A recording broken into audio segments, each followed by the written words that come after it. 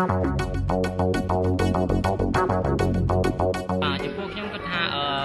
ការដែលខ្ញុំបានប្រាប់ប្រជាពលរដ្ឋហើយគាត់ពេញចិត្តគ្រប់គ្រងនឹងគម្រោងមកខ្ញុំធ្វើការទិញចានឆ្នាំងមកបាទឥឡូវនេះធ្វើការផ្លាស់ប្ដូរទៅជាផ្លូវវិញហ្នឹង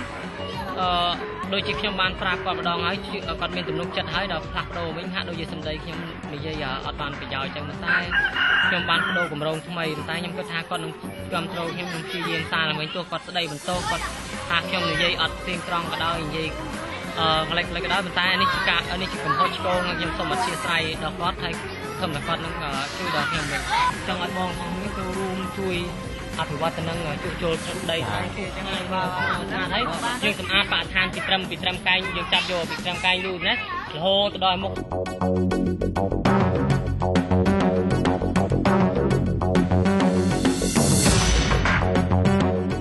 ទៅអភិវឌ្ឍភូមិនឹងឲ្យវាបានស្រួលណាព្រោះបាទណាអូន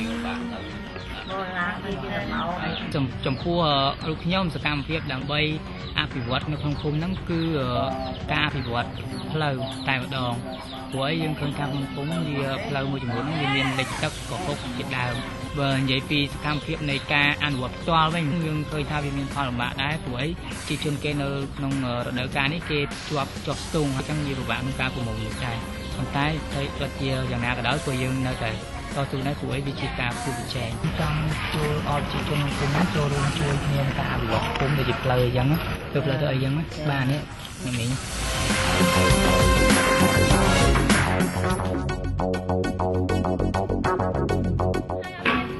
ដូចថាបងថ្ងៃនេះជាបងបញ្ហាជំងឺអីចឹង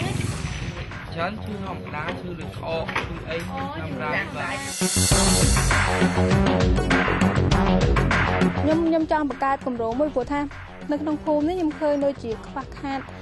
ទឹកផ្ទះខ្លះមានដងផ្ទះខ្លះអត់មានដងអញ្ចឹងទៅខ្ញុំចង់បង្កើតជាគម្រោងមួយដើម្បីជីងដងឲ្យអ្នកភូមិនៅក្នុងឲ្យអ្នកភូមិនោះបានប្រើប្រាស់ទឹក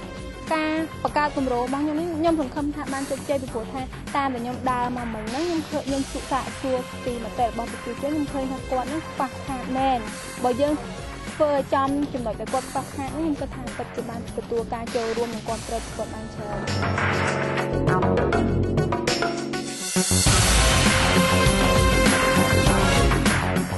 គោលការណ៍ថ្ងៃនេះគឺសំខាន់គឺយើងត្រូវធ្វើយ៉ាងណាបញ្ចុះបញ្ចូលពលរដ្ឋឲ្យចូលរួមសកម្មភាពមួយយើងថ្ងៃស្អែកបានច្រើននេះគឺជាដំណាក់កាលទី1ហើយដំណាក់កាលទី2ហ្នឹងគឺត្រូវថាតើយើងត្រូវរៀបចំគម្រោងអីដែលធ្វើឲ្យប្រជាពលរដ្ឋមានការពេញចិត្តចំពោះគម្រោងដែលយើងបានដាក់ទៅហ្នឹងហើយធ្វើយ៉ាងណាឲ្យប្រជាពលរដ្ឋធ្វើយ៉ាងណាចូលរួមសកម្មភាពជាមួយយើងផ្ទាល់ឲ្យបានខុសផលឲ្យបានច្រើននេះគឺជាកត្តាដែលកំណត់ជ័យជំនះនៅថ្ងៃស្អែកចាជួបបានទេលោកគ្រូមើលទៅបានណាចាពូចែកអញ្ចឹងដឹងបញ្ហាមួយទៀតតើតើមួយភូមិហ្នឹងមើលទៅមានការខ្វះខាតអីក្នុងភូមិហ្នឹងតែចង់មានការបើប៉ុន្តែល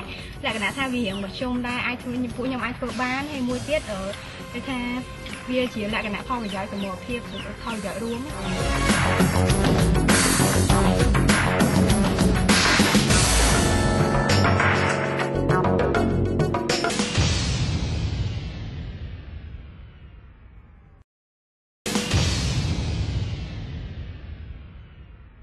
ការប្រកួតប្រជែងវិញ្ញាសានេះបេក្ខជននឹងត្រូវបង្កើតគម្រោងថ្មីម្នាក់មួយ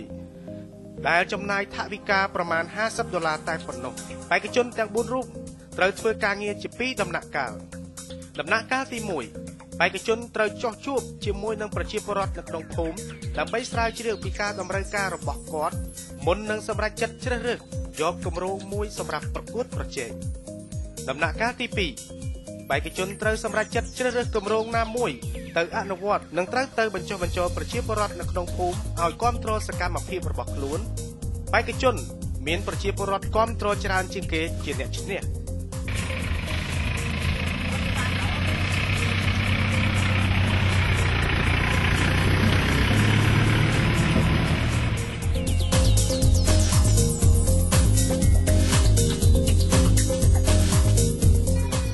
យៈពេល2ម៉ោងហើយ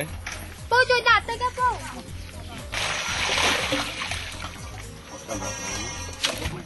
ញុំឥឡូវនេះខ្ញុំជីងដូងខ្ញុំសង្ឃឹមថាការជីងដូងរបស់ខ្ញុំនឹងអាចធ្វើទៅទាន់ព្រោះថាឥឡូវហ្នឹងមានទាំងម៉ាស៊ីនជួយបូមទឹកទៀតហើយប្រជាជនទាំងអស់ហ្នឹងជាពិសេសអ្នកនៅក្នុងភូមិហ្នឹងនៅក្នុងផ្លូវហ្នឹងតាមផ្លូវហ្នឹងគេមកចូលរួមទាំងអស់គ្នាជួយកាយហើយជួយ จิกเรียนได้จุ่มไว้ดังเตียดให้จำปัวเนี่ยแต่ยมบ้านมาห้าผักมาเสริมมันยังได้ซาแต่ผักมันคืออาคารยังเมาตีตังนั่งยืดเปย์จนเต้เก็บเก็บตลอดตุ๊บเจ้าไว้มันตายเลยนั่งยมเชียร์ยันนาผมบอกโอเคมาไว้เอาหมกกล้วยจำอย่างไร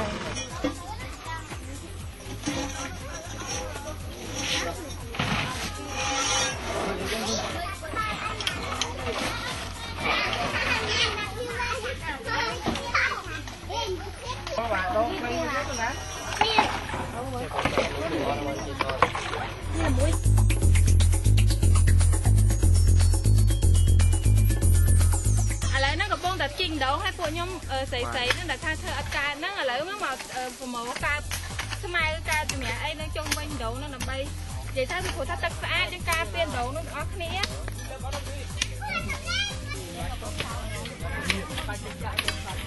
và trong ban cả nhà lại cái nào đi ban ở trong người đầu trong đi trong ban bài chất á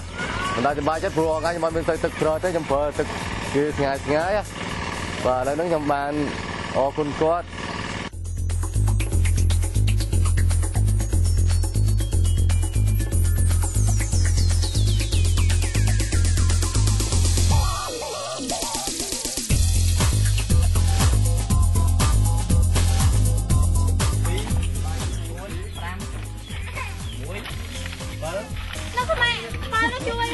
ở đây rồi cà phêแล้วยกคะแนนแล้วยังเพิ่นดองตั้งมวยแม่บ้านเนี่ยพูดนั่งพูดนั่งเผยแผ่ตั้งออกคะแนนเดี๋ยวน้องเมียนกี่ละบอกหนาแกโยมาเผยตั้งออกคะแนนบ้านตั้งออกคะแนนให้ช่วยถ่ายสั้นเดี๋ยวน้องเผยตั้งออกคะแนนพ่องจ้าเจ๊ยูออดเจ๊ยูโอเค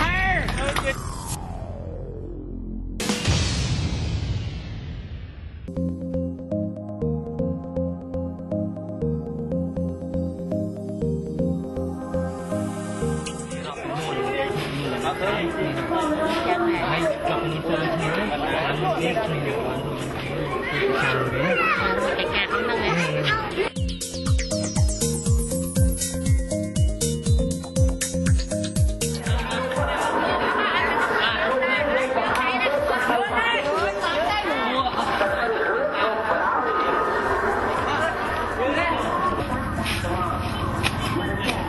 យើងជួយទាំងអស់គ្នាបងអើយជួយនេះជួយសម្អាតនេះដាក់អស់ចាំតាកាត់បានសមមិញនេះខ្ញុំធ្វើខុសធានបទតែថ្ងៃនេះទៅខ្ញុំកែប្រែវិញតន្ពេលវេលាហើយខ្ញុំសប្បាយចិត្តរីករាយមែនទែនដែលបងប្អូនពុកម៉ែយើងដែលនៅក្នុងភូមិព្រែកអង្គុញនេះបានចូលរួមហើយខ្ញុំបានឲ្យវិចាក់ដីទីនេះហើយបានជួយបងប្អូនទាំងអស់គ្នាទាំងកម្លាំងកាយកម្លាំងចិត្តហើយជួយធ្វើការទាំងអស់គ្នាខ្ញុំសប្បាយចិត្តមែនទែនដែលបងប្អូនពុកម៉ែយើងទីនេះជួយគ្នាស្រស់គ្នាល្អណាស់ហើយខ្ញុំគិតថាប្រហែលជាការងារប៉ុណ្ណេះប្រហែលជាមិនយូរទេនឹងរួចស្រេចជាស្ថាពរតែម្ដងព្រោះអីឃើញគាត់នាំគ្នាមកជួយទាំងបងប្អូនទាំងកូនមីងមាមកទាំងអស់បាទខ្ញុំសប្បាយចិត្តមែនទែនខ្ញុំសង្ឃឹមថាថ្ងៃនេះគាត់នឹងបោះឆ្នោតគ្រប់គ្រងខ្ញុំហើយបានទទួលជោគជ័យនៅថ្ងៃនេះ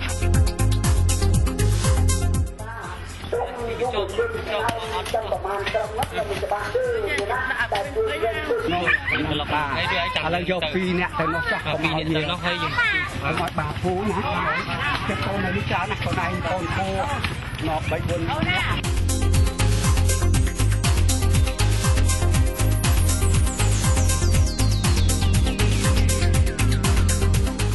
ត្រេកអរណាបានជួយផ្លូវជួយអី